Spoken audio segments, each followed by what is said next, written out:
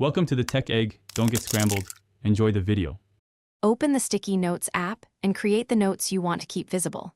Sign into the app with your account to sync notes across devices. In Windows, enable App Auto Start so notes appear automatically when you sign in. Right-click the app icon on the taskbar and choose Pin to Taskbar to quick launch it. Open a note and enable Always on Top so the note remains above other program windows. Drag each note to a corner or spot you check frequently on your desktop. Resize notes so they show only essential text and avoid visual clutter. Keep 3 to 5 notes maximum to reduce distraction and increase usefulness. Use the app's font size controls to make text readable at a glance. Avoid running desktop cleanup or icon arrangement tools that automatically move windows and notes.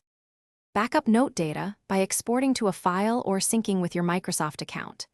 Check the app settings to confirm sync is enabled and the backup file location is known. Regularly review notes and delete outdated items to keep your desktop useful and uncluttered. Use short headings, deadlines, and monetary amounts like 5 to make notes actionable. Periodically restart the computer to verify notes auto-launch and remain pinned to the desktop. Thanks for watching. Consider subscribing if I helped unscramble your problems.